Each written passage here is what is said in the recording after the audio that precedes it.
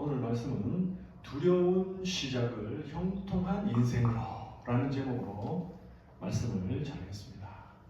우리 사랑하는 성도님들, 우리가 우리 인생에서 한 번도 경험해 보지 못한 일을 시작할 때, 다시 말해서 내가 해보지 못한 사업을 시작하거나 내가 가보지 못한 곳에 가거나 이런 일이 있을 때, 경험해 보지 못한 일을 시작할 때 우리 여러분들은 어떤 마음이 드십니까? 사람들은 대부분 두 가지 마음이 들어요. 첫 번째는 한 번도 경험해보지 못한 일들을 경험하는 그 기대감으로 인해서 마음이 설레는 마음도 들 수 있습니다. 그런데 또 한편의 마음은 어떤 마음이 들까요? 두려운 마음이 들죠. 그렇죠. 한 번도 경험해보지 못한 길을 간다든가 일을 할 때는, 어떤 상황을 맞이했을 때는 내가 정말 이 가는 길이 맞는 것인가? 내가 정말 이 한 번도 경험해보지 못한 일을 할 때에 내가 정말 실패하면 어떻게 할 것인가? 아니면 내가 정말 이상한 사람 만나서 나쁜 길로 빠지면 어떻게 될 것인가? 여러 가지로 사람은 오히려 두려운 마음이 더 크게 듭니다. 여러분, 오늘 이 본문에 나오는 여호수아도 마찬가지예요. 여호수아는 지금 어떤 상황이냐면 이스라엘 백성들이 광야 40년을 방황하고 난 다음에 모세 선지자를 따라서 요단강의 동편에 지금 모압 평야라는 곳에서 그들이 진을 치면서 강 건너편에 있는 가나안 땅을 바로 볼 수 있어요. 그래서 그 가나안 땅을 바로 오면서 이제 들어가기만 하면 되는 건데, 들어가기 직전에 이 모압 땅에서 하나님께서 모세를 데려가 버리셨어요. 모세를 데려가 버리시면서 여호수아를 모세의 후계자로 지명을 해놓으신 거예요.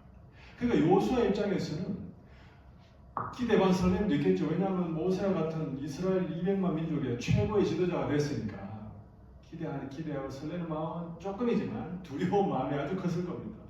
왜냐하면 이제 200명도 아니고 200만 명을 이끌고 지금 저 가나안 땅으로 들어가야 되거든요. 가나안 땅 들어가기 전에는 요단강이라는 그 시커먼 급류가 흐르는 우기이기 때문에 비가 너무 많이 와가지고 그 죽음의 강이 지금 기다리고 있고, 그 요단강 건너가면 우여곡절 끝에 건너간다면 그곳에는 가나안의 7 족속이, 아주 전쟁에 능한 족속이 이스라엘 백성들을 기다리고 있거든요. 그러니까 여호수아 입장에서는 내가 후계자가 되었지만 정말 내가 저기 들어가서 가나안 사람들과 싸워서 전쟁에서 이길 수 있을까? 우리 이스라엘 백성을 보면 참 오합지졸인데 우리는 군대도 없는데 또 들어가서 또 길은 제대로 찾을 수 있을까? 아니면 나중에 혹시라도 이겨서 땅을 제대로 분배할 때 제대로 분배할 수 있을까? 12지파에게 공평하게 분배할 수 있을까? 얼마나 많은 걱정들이 있겠습니까? 그러한 두려움을 안고 있는 여호수아에게 하나님께서 여호수아를 사랑하셔서 찾아오셨어요. 하나님께서 찾아오셔서 하나님께서 여호수아에게, 여호수아야, 내가 너의 두려움을 안다. 근데 너 두려워하지 마라. 너가 두려워하지 말고 네가 한 번도 경험해보지 못한 일을 할 건데 두려워하지 말고 나만 믿고 따라와라. 내가 지금 가르쳐주는 것들만 네가 머릿속에서 기억하고 그대로만 행하면 두려움은 떠나가고 너의 인생은 형통한 인생이 될 것이다. 형통한 인생이 뭐냐면요, 형통이라는 단어는 뚫고 지나간다는 뜻이 있어요.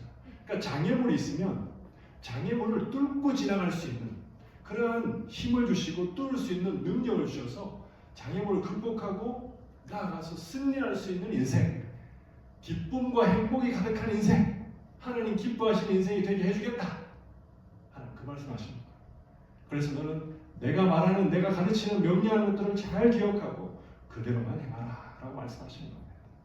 여러분, 우리의 인생을 보면요, 우리의 인생도 우리가 미래를 생각하면 항상 불안하지 않습니까? 미래라는 것은, 그죠? 우리가 한 번도 경험해보지 못한 일들이 우리를 기다리고 있을 수 있잖아요. 인생은 여러분도 아시겠지만 예습이라는 게 없어요. 인생은 한 번밖에 살 수가 없는 겁니다. 근데 지금 보면 경제도 안 좋다 그러고 정치적으로도 세상이 불안하고 불안하잖아요. 그런데 하나님께서 우리에게 말씀하시는 거예요. 불안해하거나 두려워하지 마라. 떨지 마라. 나만 믿고 따라와라. 오늘 이 말씀을 우리에게 주시는 이유도 우리 앞에 놓여있는 이러한 불안한 미래, 그리고 새로운 일을 혹시라도 경험하고 있으신 분들, 오늘 이 말씀을 붙잡으시면 형통한 인생이 되는 줄로 믿으시기 바랍니다. 아멘입니까? 하나님께서요 요수아에게 찾아오셔서 첫 번째로 뭘 말씀하시냐면, 첫 번째로 요수아에게 일어나 내가 주는 땅으로 가라라고 말씀하시는 거예요. 자, 오늘 본문 2절 한번 다 같이 받도록 하겠습니다. 2절 시작. 내 종 모세가 죽었으니 이제 너는 이 모든 백성과 더불어 일어나 이 요단을 건너 내가 그들을 곧 이스라엘 자손에게 주는 그 땅으로 가라 라고 말씀하시죠. 지금 요수아는 두려움 속에서 지금 일어날 줄을 모르고 있는 거예요. 두려움에 떨고 있는 거예요. 그런데 예수님께서, 하나님께서 일어나라, 두려움에 머물지 말고 일어나서 내가 너에게 주기로, 내가 이스라엘 백성에게 주기로 약속한 그 땅으로 가라, 믿음의 첫걸음을 내디뎌라 라고 말씀하시는 겁니다. 다시 말해서 이것은요, 하나님께서 요수아에게, 모세 선지자에게 주셨던 그 사명을 다시 요수아에게 주시는 거예요. 주시는 사명이 뭡니까? 하나님께서 지정해 놓은 그 땅으로 네가 가는 것. 그게 바로 요수아가 해야 할 사명이라는 것이죠. 그래서 하나님께서 두려움 속에 있는 자에게 사명을 깨닫게 주셔가지고 동기를 불러 일으키시는 거예요. 그럼 주님 주신 사명을 가지고 내가 가야 되겠다. 여러분, 사명이 뭡니까? 사명이라는 것은요, 우리의 삶 속에서 우리가 이루어내야 될 삶의 목적, 목표, 과제, 이런 것들이 사명인 거예요. 미션이, 하나님께서 우리에게 미션을 준 겁니다. 삶의 정확한 목표, 지점을 말씀해 주시는 거예요. 우리가 해야 되는 거예요. 그래서 어디로 가야 할 바를 알지 못하던 요수아에게 너는 내가 지정하는 곳으로 가라라는 미션을, 사명을 주셨던 겁니다. 그래서 내가 주는 사명을 따라서만 가기만 하면 너는 들어갈 수 있다. 내가 너를 들어가게 하리라, 그 말씀하시는 거예요. 근데 오늘 본문을 보면요, 이 요단을 건너가서 주는 땅으로 가라고 하시잖아요. 요단강은요, 요수아와 이스라엘 백성들에게서는 이 넘을 수 없는 장애물이에요. 이때 당시에는 비가 많이 내리는 우기여서 보통 요단강은 30m 폭 40m 정도밖에 안 됐어요. 요단강.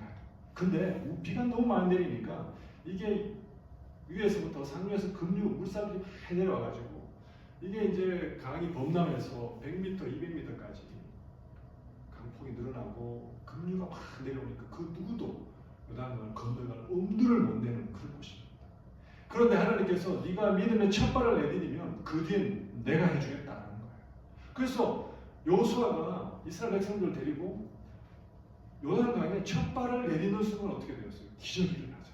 하나님께서 요단강을 쫙 가르시면서 마른 땅을 걸어가게, 건너가게 하시죠. 그러니까 사랑하는 우리 성도님들, 우리가 정말 우리의 인생 가운데에서 정말 한 번도 경험해보지 못한 날들을 우리가 살아가는 데 있어서 정말 형통한 인생이 되려면 하나님께서 주시는 사명이 있다는 것을 우리가 항상 기억해야 되는 줄로 믿으시기 바랍니다. 저와 여러분들에게 주신 사명이 뭡니까? 우리에게 주신 사명은 사도행전 1장 8절에 오직 성령이 너희에게 임하시니 너희가 권능을 받고, 그 다음 뭡니까? 예루살렘과 온 유대와 사마리아와 땅끝까지 이르러 내 증인이 되리라. 아멘입니까? 그 우리가 어떤 상황 속에서도 하나님 주신, 예수님 주신 사명, 내가 예수님의 증인이 되는 삶을 살겠노라고 목표의식을 가지고 사명의식을 가지고 살아간다면 주님께서 어떤 상황이든 우리를 도와주신다는 거죠. 또한 나아가서 마가복음 16장 15절에서도 예수님께서 그렇게 말씀하셨습니다. 우리에게 뭐라고 말씀하십니까? 너희는 온 천하에 다니며 만민에게 복음을 전파하라. 그래서 이게 우리의 사명인 거예요. 아멘입니까? 가정에서도 우리가 이런 사명감을 가지고 남편을 바라보고 자녀를 바라보고, 또 직장에서도 마찬가지고 교회에서도 마찬가지고 우리의 삶이 우리에게 주신 사명을 잊지 않고 살아간다면 그 인생은 하나님께서 기적을 베풀어 주시고 그 인생은 하나님께서 형통한 인생으로 인도하신다는 사실 믿으시기를 간절히 축원합니다. 여러분, 제가 이제 교회 개척을 앞두고 이제 제 아내와 기도하면서, 근데 저도 새로운 이제 시작이잖아요. 교회 개척이라는 게. 저도 한 번도 안 해본 그런 새로운 일이 이제 시작이 되는데, 정말 내가 잘할 수 있을까 이런 두려움이 있었어요. 내가 정말 교회를 어디다가 해야 되는지, 그리고 예배 처소를 어디를 잡아야 되는지, 그리고 예배 처소를 잡아 놓는다고 해서 우리 누가 올까? 사람이 모일까? 이런 것들이 다 저에게는 두려움이었어요. 또 나가서 교회 렌트비는 낼 수 있을까? 우리는 지금 뭐 렌트비 안 되지만 이런 저런 것들이 다 두려움으로 다가왔었어요. 근데 그럴 때 하나님께서 저에게 주시는 마음은 너는 아무것도 걱정하지 마라. 두려워하거나 걱정하거나 불안해하지 마라. 너는 나에게 예배만 하면 돼. 예배만 하면 되고 너는 내가 너에게 준 사명, 우리 모두에게 준 사명, 복음 전하는 사명 그것만 감당하면 돼. 그러면 그 나머지 모든 일들은 하나님께서 내가 알아서 해줄 테니까 걱정하지 말고 시작해라라는 음성을 주셨습니다. 그래서 이렇게 시작하게 되었어요. 여러분 교회를 개척한다는 게 이 보통 힘든 일이 아닙니다. 여러분 잘 아시잖아요. 근데 정말 하나님 주님만 믿고 교회를 시작을 했더니 정말 이렇게 많은 분들이 오셨지 않습니까? 저는 정말 너무 감사해요. 제 친구 목사님 저한테 뭐라고 얘기하냐면 제 친구 목사님 텍사스 가서 개척을 했어요. 근데 1년 반 동안 한 가정도 안 왔다는 거예요. 한 가정도. 근데 1년 반이 지나면서 하나님의 음성을 듣고 자기가 해야 될 사명을 바로 깨달으니까 그 다음부터 성도를 보내주시다는 거예요. 그래서 여러분 이 사명을 우리가 깨닫고 나간다는 게 얼마나 중요한지.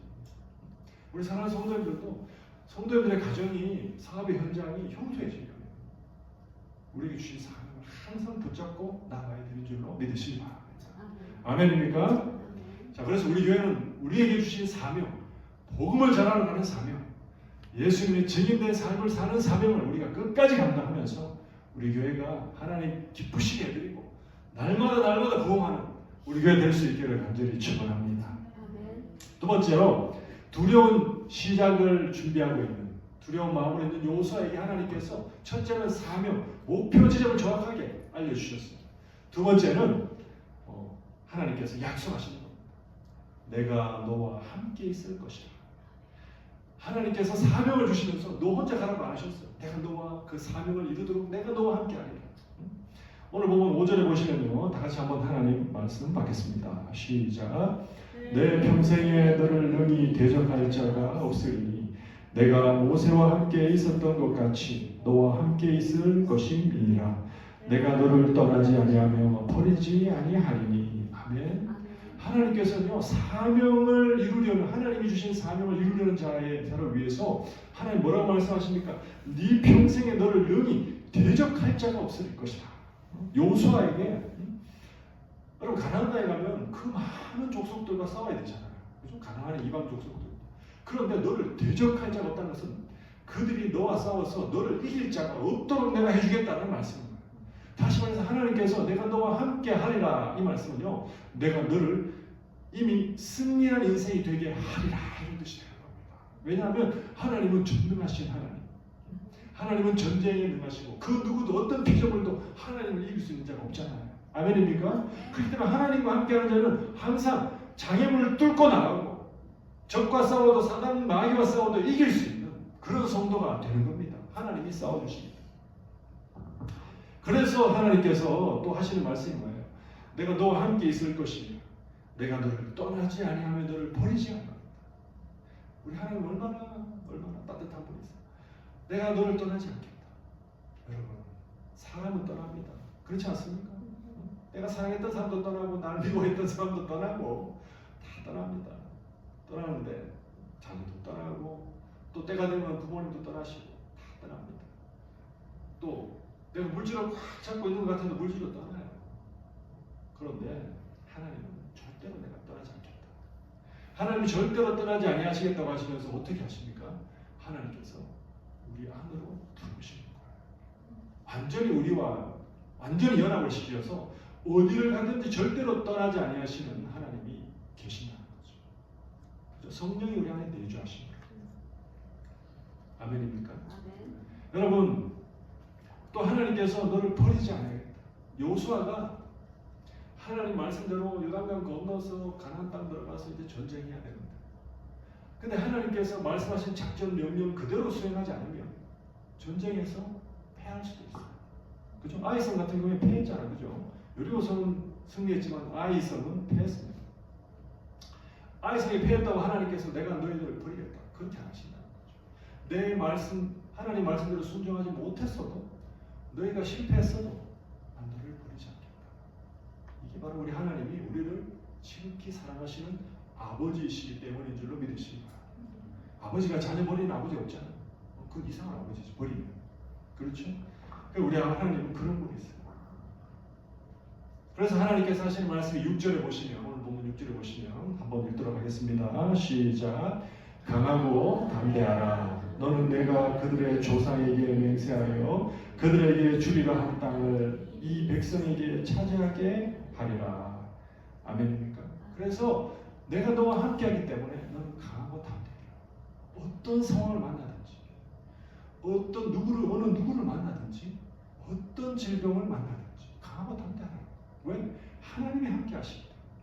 함께 하신 하나님께 내가 구하고 함께 하신 하나님을 믿고 의지하고 나간다면 하나님께서는 반드시 그 어려운 상황을 뚫고 나갈 수 있는 힘을 주신다는 사실을 믿으시기 바랍니다. 반드시 하나님께서는 나의 질병을 고쳐주신다는 사실을 믿으시기 바랍니다. 아멘입니까? 네.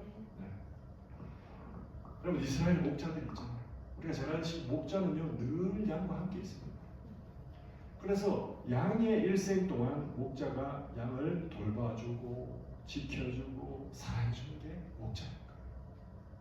그래서 양들이 아침에 탁 일어나면 푸른 초장으로 인도해서 맛있는 풀을 또 양식을 먹게 해주고, 그리고 양식을 많이 먹고 배부르면 또 쉴만한 물가로 인도해가지고 또 맛있는 물을 또 마시게 해주고, 그래서 편하게 살 수 있도록, 쉴 수 있도록 목자 그렇게 해주는 역할을 합니다. 거기다가 맹수가 나타나면 맹수를 쫓아내는 게 목자예요. 그리고 독초를 보면 양들이 뽑아 먹을까봐 독초를 먼저 뽑아서 버리는 사람, 그게 목자입니다.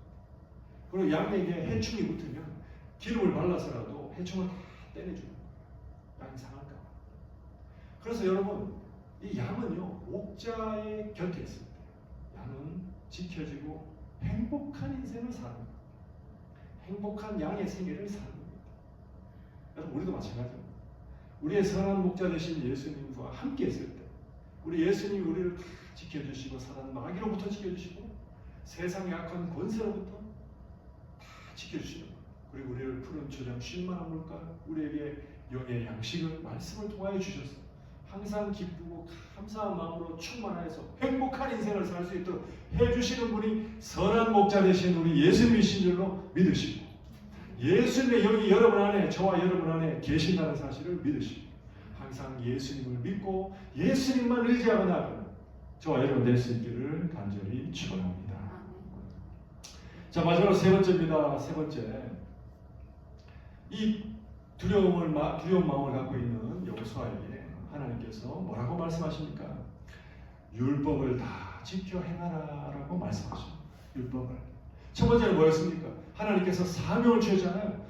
내가 주는 사명대로 너는 목적지로 가라. 두 번째는 뭐였습니까? 두 번째는 내가 너와 함께 있는다. 나만 믿고 따라라. 절대로 두려워하지 말고 나만 믿고 마음을 담대하게 하고 따라가라. 그러면 형통한 길로 간다. 세 번째는 뭐였습니까? 율법을, 내가 준 율법을 다 지켜 행하라. 이 말씀은 하나님의 말씀에 순종하라 이런 뜻입니다. 하나님의 말씀이 어떨 때는 이해가 안 될 수가 있어요. 어떨 때는 이해가 될 수도 있고, 이해가 되든 안 되든 관계없이 하나님의 말씀은 절대적으로 순종해라. 그런 뜻입니다. 자, 오늘 보면 7절 한번 보도록 하겠습니다. 7절 시작. 오직 강하고 극히 담대하여 나의 종 모세가 내게 명령한 그 율법을 다 지켜 행하고 우로나 좌로나 치우치지 말라. 그리하면 어디로 가든지 형통하리니. 아멘. 자, 그래서 율법을 주셔서 하나님 말씀을 순종하는데, 하나님 말씀을 순종하면서 지금 가야 되는 거예요. 근데 율법을 다 지켜 행하라는 것은 무슨 뜻이겠습니까? 율법에는 613가지의 계명이 있는데 613가지를 우리가 어떻게 다 지키겠습니까? 율법을 다 지켜 행하라는 말씀은요, 하나님께서 다른 버전으로 말씀을 드리면 나를 하나님으로 믿고, 하나님이 하나님이심을 믿고, 그리고 나를 사랑해라 이런 뜻이에요. 내가 하나님이신 하나님을 하나님으로 믿고 섬기며 하나님을 사랑하면 어떻게 돼요? 하나님 말씀대로 살려고 사람들은 애를 쓰게 되어 있습니다. 자, 우리 요한복음 14장 15절 한번 보겠습니다. 요한복음 14장 15절. 요한복음 14장 15절. 네. 하나님 말씀 받겠습니다. 시작. 너희가 나를 사랑하면 나의 계명을 지키리라. 예수님 그러셨어요. 너희가 나 사랑하면 내가 주는 계명을 지키게 될 것이다. 그럼 사랑하지 않으면 어떻게 돼요? 예수님 사랑하지 않으면 예수님 계명 못 지키는 거예요. 하나님 사랑하면 하나님 계명을 지키는 쪽으로 다 가게 되어 있습니다. 그래서 우리가 하나님을 크게 사랑하고 하나님이 하나님이심을 믿고 하나님 말을 사랑하고 예수님 말을 사랑하고 나가면 우리는 성령 하나님께서 하나님의 말씀을 순종하는 길로 우리를 인도해 주신다는 사실을 믿으시기 바랍니다. 내 힘으로 하나님 말씀 다 순종할 수가 없어요. 오직 성령의 능력으로 우리가 지켜요. 내 힘으로 하나님 뜻을 다 알 수가 없어. 성령께서 알려주셔서 그 은혜로 하나님 뜻을 알고 그 말씀대로 살아가는 거예요. 자, 8절 한번 보도록 하겠습니다. 8절. 자, 8절에 보시면 이 율법책을 시작. 이 율법책을 내 입에서 떠나지 말게 하며 주야로 그것을 묵상하여 그 안에 기록된 대로 다 지켜 행하라. 그리하면 내 길이 평탄하게 될 것이며 내가 형통하리라. 아멘. 그래서 하나님 말씀을 잘 순종하려면요 어떻게 돼요? 하나님의 말씀이 뭔지를 알아야 될 거 아니겠습니까? 그래서 이 율법책을 내 입에서 떠나지 말라. 이 말씀은 하나님의 말씀을 가까이 하라는 말씀. 이렇게 예배를 통해서도 가까이 하시고 또 여러분이 각자 생활 속에서도 하나님 말씀 가까이 하시고 또 생명의 삶을 통하여서 또 큐티하시면서도 가까이 하시고 그렇게 해서 하나님 말씀을 배우면서 말씀을 가까이 하고 그리고 주의하고 그것을 묵상하라. 이 말씀은 내가 머리로 이해한 말씀을 가슴으로 끌어내리는 거죠. 정말 하나님이 사랑의 하나님이십니다. 나는 정말 사랑하시는구나. 내 가슴에 새기는 내 마음에 새기는 것. 그래서 그것을 묵상하여서 그 안에 기록된 대로 다 지켜 행하라. 내 마음으로 끌어들여서 하나님이 어떠하신 분이신지를 내 마음에 새기면요 성령께서 그 말씀대로 살 수 있도록 인도해 주십니다. 자, 율법을 다 지켜 행하라. 그 말씀 가운데에서 우리가 딱 정말 쉽게 말씀드리면 한 가지만 잘하면 되는 거예요. 613가지는 예수님이 다 지키셨고 우리가 예수님께서 우리에게 하신 말씀 우리에게 계명을 주셨잖아요. 요한복음 13장 34절 새 계명을 너희에게 주노니 너희는 서로 사랑하라. 이 말씀만 지키면 됩니다. 이 말씀을 지키면 어떤 일이 벌어지냐면 모든 율법을 다 지킨 것으로 내가 주겠다고 하셨어요. 로마서 13장 10절에 사랑은 이웃에게 악을 행하지 아니하나니 사랑은 이웃에게 악을 행하지 아니하나니 그러므로 사랑은 율법의 완성이니라. 사랑은 율법의 완성이니라. 사랑하면 율법을 다 지킨 거다 이 말씀이죠. 그래서 우리는 새 계명을 지키면 되는 겁니다. 사랑으로 사람을 섬기고 대하면 되는 겁니다. 사랑하면 되는 거예요. 자, 오늘 말씀에서 재밌는 내용이 있는데 4절에 보시면 오늘 본문 4절에 우리 다 같이 한번 하나님 말씀 받겠습니다. 시작. 곧 광야와 이 레바논에서부터 큰 강 곧 유브라데 강까지 해쪽 속의 온 땅과 또 해지는 쪽 대해까지 너희의 영토가 되리라. 자, 잘 보세요. 하나님께서 약속하신 땅은 어디냐면 지금의 이스라엘 있잖아요. 지금 이스라엘이 갖고 있는 그 땅만을 말씀하시는 게 아니었어요. 하나님께서 약속하신 땅은 자 4절에 곧 광야와 이 레바논에서부터라 그랬어요. 남북으로는 지도를 한번 보여주시죠. 남북으로는 지금 이스라엘은 여기서부터 요 정도만 이스라엘 땅이에요. 요만큼. 그런데 하나님께서 약속하신 이스라엘 땅은 여기 광야에서부터 에돔 위에 씬 광야에서부터 여기 위에 레바논까지 일단 남북은 그까지예요. 이 위에 레바논 여기 있어요. 그 다음에 동서로는 어디냐면 동서로는 큰 강 곧 유브라데 강까지잖아요. 유브라데 강이 어디 있습니까? 제가 친절하게 동그라미 쳐놨잖아요. 유브라데 강이 여기 있어요. 여기 티그리스 강. 지금 여기가 이 지역이 어디냐면 이 지역은 현재 이라크 땅이에요. 이라크 땅. 그리고 여기는 아수르가 점령했고 바벨론이 점령한 땅이에요. 아시겠습니까? 그래서 대해는 어디냐면 여기 대해예요. 여기가 지중해. 그래서 하나님께서 주시겠다는 땅은 광야와 레바논에서부터 동서로는 큰 강 유브라데 강까지 해 쪽 속의 온 땅과 또 해지는 쪽 대해까지 너희의 영토가 되리라. 하나님께서요 요만큼 주시겠다고 하신 게 아니라 이만큼 주시겠다고 하신 거예요. 그런데 이스라엘 백성들이 이만큼을 못 받았어요. 못 차지했어요. 왜 그랬을까요? 왜냐하면 하나님 말씀을 순종을 안 했기 때문에. 하나님 말씀 알기를 소홀히 하고 하나님이 하나님이심을 인정하지 않으니까, 하나님 사랑하지 않으니까 하나님 말씀대로 살지 않는 거예요. 우상 숭배하고. 그러니까 하나님 약속하신 땅을 다 안 주시고 여기에서 아수르를 들어서 북이스라엘을 치시고 다시 바벨론을 들어서 남유다를 치신 거예요. 그렇게 해서 정신 차리라고. 여러분 그렇습니다. 하나님 말씀을 순종하면 하나님은 반드시 약속을 이루어 주시는데 하나님 말씀을 순종하지 아니하시면 하나님은 벌을 내리시는 거예요. 그렇다고 버리진 아니하시면 벌을 내리시는 거예요. 여러분 그래서 하나님 말씀이 정말 터무니없이 없어 보여도 하나님 말씀을 순종한 사람은 절대로 그의 인생이 실패하지 않습니다. 아멘입니까? 여러분 노아를 한번 보세요. 노아.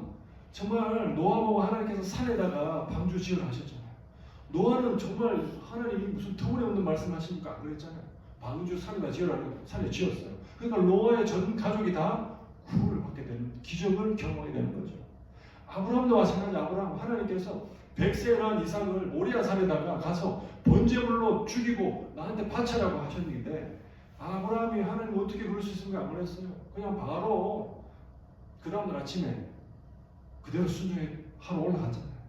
그래서 아브라함이 어떤 사람이 되었어요? 하나님 말씀을 정말 순종하니까 하나님께서 육적인 이스라엘의 민족의 조상이 되게 하시고 영적으로도 믿음의 영적인 우리 믿음의 조상이 되게 하시는 영광을 주셨죠. 여러분 여호수아도 마찬가지. 여호수아도 하나님께서 여리고성 너희들 조용하게 여리고성 돌기만 해라. 공격하지 말고. 그리고 내가 소리 지르라면 그때 질러라. 그대로 순종했더니 여리고성이 어떻게 됐어요? 그대로 무너졌죠. 이스라엘 백성은 한 사람도 안 다치고 그대로 기적이 일어났대요. 아멘입니까? 마지막으로 베드로 보면요 밤새도록 이 어부 전문가가 물고기 잡는 전문가가 밤새도록 던졌는데 물고기를 한 마리도 못 잡았어요. 근데 예수님께서 뭐라고 하셨어요? 깊은 데로 가서 그물을 던져라. 던졌더니 그물이 찢어질 정도로 그죠? 기적이 일어나잖아요. 그리고는 사람이 변했어요. 사람을 낳는 어부가 되게 하셨습니다. 여러분 하나님 말씀 순종하면 반드시 하나님께서 우리에게 기적을 베풀어 주시는 줄로 믿으시기 바랍니다. 우리 한국말 속담 이런 말이 있죠. 자다가도 떡 생긴다는 그런 말 들어보셨어요?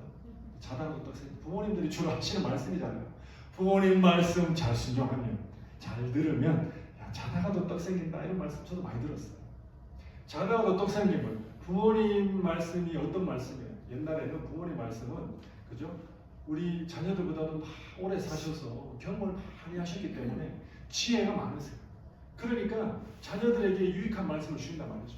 그 말씀을 들으면 예상치 못한 좋은 일이 일어난다 이 말씀이에요. 그래서 부모님 말씀 잘 들으면 자다가도 떡 생긴다. 근데 여러분 영의 부모님이신 우리 하나님 아버지 하나님 말씀 잘 들으면 어떻게 될까요? 우리 하나님은 우주 만물의 모든 것들을 소유하시고 다 일어난 일들을 다 아시는 무한한 경험과 무한한 지혜를 소유하신 우리 아버지시잖아요. 우리를 지극히 사랑하시는 아버지께서 말씀하시는 그 말씀 안 들으면 자다가도 떡이 안 생기는 거예요. 근데 그 말씀 들으면 이해가 안 되지만 들으면 어떻게 해요? 자다가도 떡보다 더 큰 은혜와 축복이 우리에게 임하게 되는 줄로 믿으시기 바랍니다. 그래서 하나님 말씀 우리가 순종해 나가야 되는 겁니다. 사랑하는 성도님들, 그래서 우리가 하나님 하나님을 사랑하는 마음으로 나아가면 하나님 말씀을 자연스럽게 순종하게 되어 있어요. 그 중에 핵심은 사랑이다. 절대로 미워하지 마시고 누구 원망하지 마시고 불평하지 마시고 사랑만 하는 우리가 되고 또 이 주님만 사랑하고 성도님 사랑하고 예수님 사랑하고 우리가 될 수 있기를 간절히 축원합니다. 자, 형통한 인생으로 가려면 말씀을 정리하겠습니다. 첫 번째, 나에게 주신 사명, 우리에게 주신 사명을 분명하게 알고 나가야 되는 겁니다. 복음 전파하는 사명, 증인되는 사명을 우리가 항상 기억하고, 두 번째로 그렇게 하는 데 있어서 어디에서든지 하나님께서 함께 하신다는 것을 항상 믿으시고 놀라지 말고 어떤 일이든지 두려워하지 마시고 주님만 믿고 의지하며 나아가시기 바랍니다. 마지막 세 번째, 하나님께서 하나님의 말씀을 순종하라고 하셨어요. 그래서 우리가 하나님 말씀 중에 사랑으로 항상 순종하는 그러한 삶을 살아가면서 정말 하나님을 기쁘시게 합니다. 어떠한 장애물도 주님의 능력으로 뚫고 지나가서 형통한 인생, 행복한 인생, 승리하는 인생, 기쁨으로 충만한 인생을 우리 모두가 다 살아가면서 행복한 신앙생활 하시기를 간절히 축원합니다.